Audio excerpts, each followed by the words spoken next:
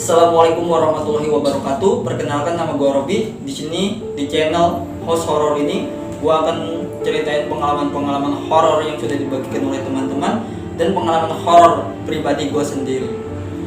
Di sini ya, bila ada yang ingin menceritakan pengalaman-pengalaman horor dari teman-teman, bisa langsung DM di Instagram kami yang ada di bawah deskripsi ini. Oke, langsung saja pengalaman horor yang kali ini yang akan gue bawain adalah pengalaman horor pribadi gue. Kita langsung saja dengar ceritanya. Let's go. Oke, perkenalkan, nama gue Robi. Di sini gue mau cerita horor pas gue bermain polisi maling pada tahun 2010, seingat gue. Di situ waktu itu gue masih berumur sekitar 12 tahun, kelas 6 SD lah. Nah, pada zaman saat itu gue sama teman-teman gue tuh emang hobi bergadang, tapi hampir larut malam gitu. Bergadang ini gue di setiap hari libur gue. Waktu pada hari Sabtu, gue sama teman-teman gue tuh bersepakat mau niat menginap di rumah salah satu teman gue yang bernama Reja. Nah, di situ pas sampai rumah Reja tuh mereka malah ngajak gua buat main polisi maling. Nah, di situ akhirnya teman gua pun dan gua akhirnya bersepakat buat ayolah kita main polisi maling daripada kita bete. Pada waktu itu singkat cerita ya, di sini seingat gua berjumlah sekitar 10 orang. Di situ ada gua, Reja, Nopal, Galih, Oji, Kasim, Fahmi, Wahab, Riki, dan Mahir kalau nggak salah. Nah, di situ ada yang kebagian jadi polisi, di situ ada yang kebagian jadi maling. Singkat cerita sih, kami memulai permainan itu. Nah, gua berpencar sama teman-teman dan bersembunyi di beberapa tempat. Nah, selanjutnya dalam permainan ini gua tuh ngalamin suatu kejadian aneh. Nah, di saat gue cari temen gue ngeliat temen gue ini lari di depan muka gue, lari di depan gue. Ini temen gue ini larinya kenceng banget. Gue tahu dia larinya tuh kayak gimana, tapi ini kok kenceng banget. Nah, gue kejar dia, tapi dia malah masuk ke gang-gang rumah warga. Nah, akhirnya gue pun ketinggalan jejak dia. Gue nggak tahu arah dia. Akhirnya gue memutuskan buat gak jadi ngejar dia karena sudah ketinggalan jejak. Nah, si teman gue ini sebut aja dia namanya Ismail. Nah, singkat cerita nih ya, semua udah ketemu, gue berkumpul lagi di rumah Reja. Pada saat itu di situ pun akhirnya kan sudah permainan kan, gua sama teman-teman pun bercerita-cerita kejadian-kejadian yang gua ngejar si A dan yang teman-teman gua alamin. Dan di situ gua cerita, gua ngejar si Mail ini. Gua nanya dong ke si Mail, gua tadi lihat lu lari di depan gua, kok lu larinya kenceng banget? Nah, si Mail ngejawab, emang lu ngejar di mana? Kata si Mail, kata gua tadi gue ngeliat lu deket gang rumah Ibu Rima. Nah, pas gue kejar lu, kok lu larinya cepet banget. Lu ngelinap masuk ke gang-gang rumah warga. Akhirnya gue ketinggalan jejak lu. Nah, si Mail menjawab di situ. Gue bikin heran. Kata si Mail, gue nggak lari ke situ. Lu ngawur lu, kata dia. Ngawur kenapa? Gue dari tadi gue di pos sama si Oji, ngumpet di situ nggak kemana-mana. Kata dia gitu. Gue berpikir dong di situ. Terus yang tadi gue lihat siapa? Bajunya sama, perawakannya sama, tampilan sama kayak si mata. Dalam hati gue berpikir, mungkin gue salah lihat. Gue bilang, oh mungkin bocah lain, mungkin gue salah lihat. Gue bilang, oh lu nggak ke situ, gue cuma mengiyakan aja. Akhirnya gua sama teman-teman kan berkumpul di rumah Reja. Nah, di situ gua berkumpul. gue lihat ada gua sama teman-teman gue lihat ada 2 orang lari cepet kayak orang ketakutan. Nah gue hirauin aja dong, ya mungkin orang lagi main juga lah, kayak sama kayak gua tadi main polisi maling. Tapi nggak lama kemudian ada kerumunan warga datang. Dia bertanya ke gua dan teman-teman, "Dek, lihat 2 orang tadi lari nggak?" Gua jawab, "Lihat pak." "Emang kenapa ya pak?" Si warga pun ngomong, "Ternyata kata warga itu maling deh, maling beneran." Ternyata itu maling beneran. Pas banget kejadian waktu gua habis main polisi maling. Ternyata emang ada lewat maling sungguhan. Gua tuh masuk ke tempat yang katanya angker di situ. Ya tempatnya gua jelasin kayak kebun gitu. Kebun ada panel, tembok-tembok beton, tapi ada pohon bambu. Terus ada solokannya juga. Di situ gua pun masuk ke tempat itu sama bertiga temen gue tadi, si Oji sama si Nopal.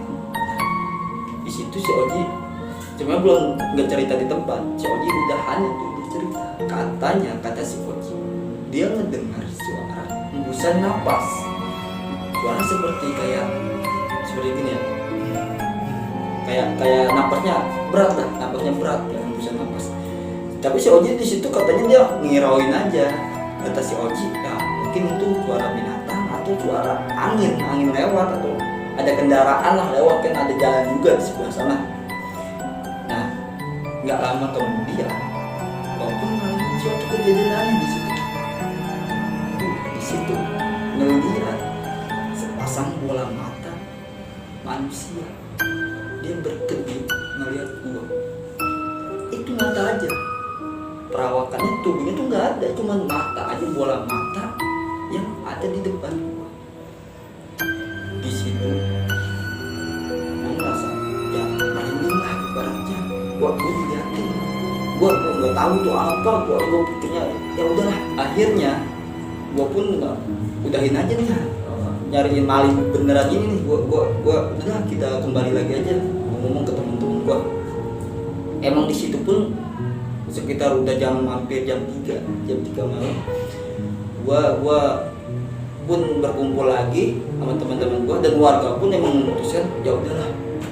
Lagian juga malingnya udah nggak ketangkep juga, motornya aman, cuma dia ketahuan aja udah. Akhirnya di situ warga pun emang sudah memutuskan buat nggak ngelanjutin pencarian nyariin maling ini.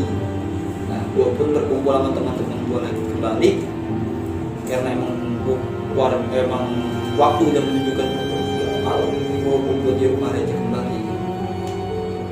Nah di situ gobloknya gua sama teman-teman, karena emang permainan tadi belum lanjut, belum selesai ibaratnya, sama bete nggak tahu nih ya. Gua pun melanjutin main polisi maling lagi.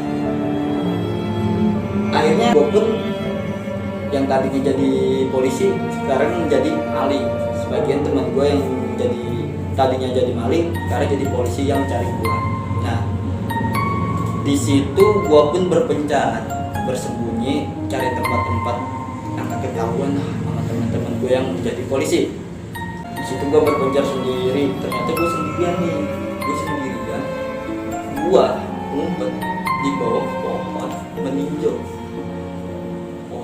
Kata orang sini sih disebutnya, kata orang gua ya disebut pohon tangkir.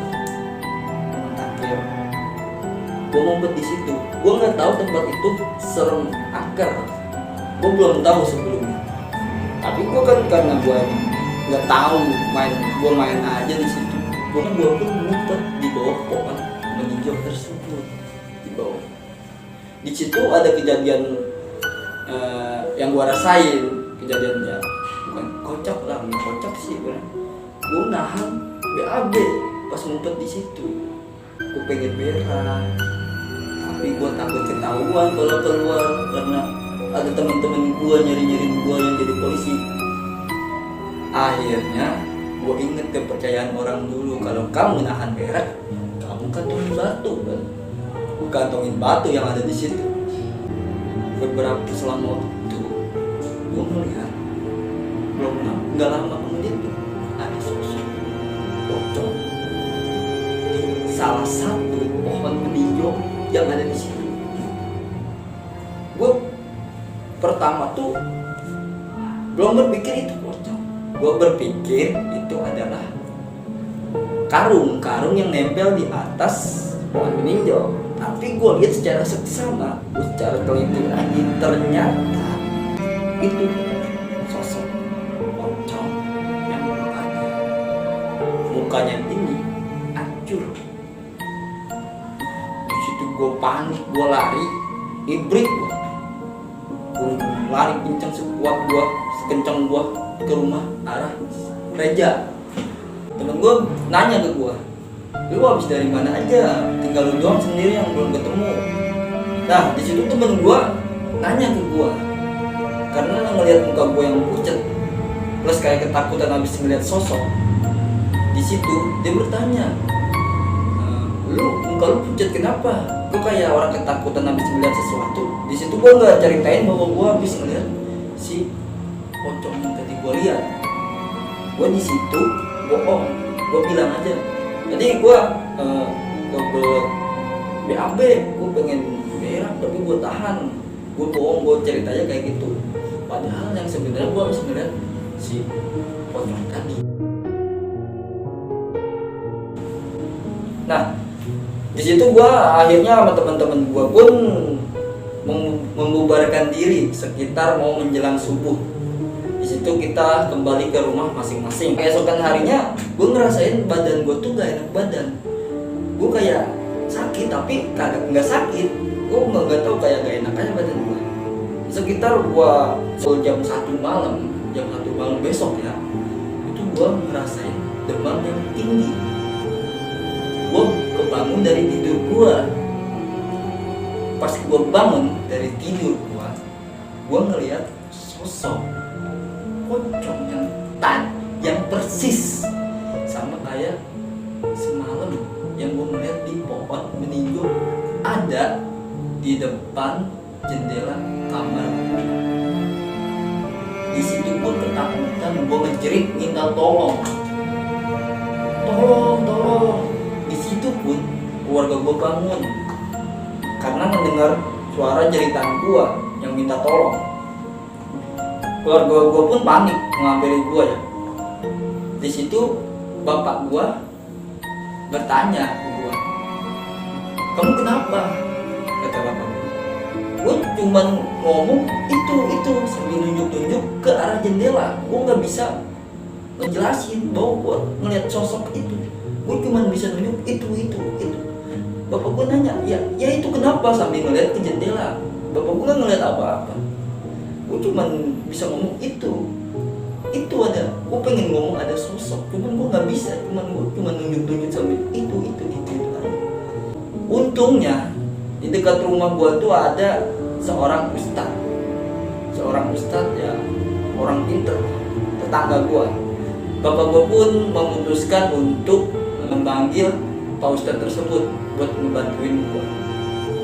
Akhirnya tetap memberikan air yang sudah dibaca-baca. Air itu gue buang. Terus Pak Ustadz memberikan bawang putih itu pun gue lempar. Itu di saat itu gue merasa gue sadar, tapi gue nggak tahu kenapa gue jadi seperti itu. Air yang gue buang, terus bawang putih yang gue lempar, gue nggak tahu seperti itu. Tapi gue sadar di situ. Di situ Pak Ustadz bertanya ke gue, emang sebelumnya kamu tuh dari mana?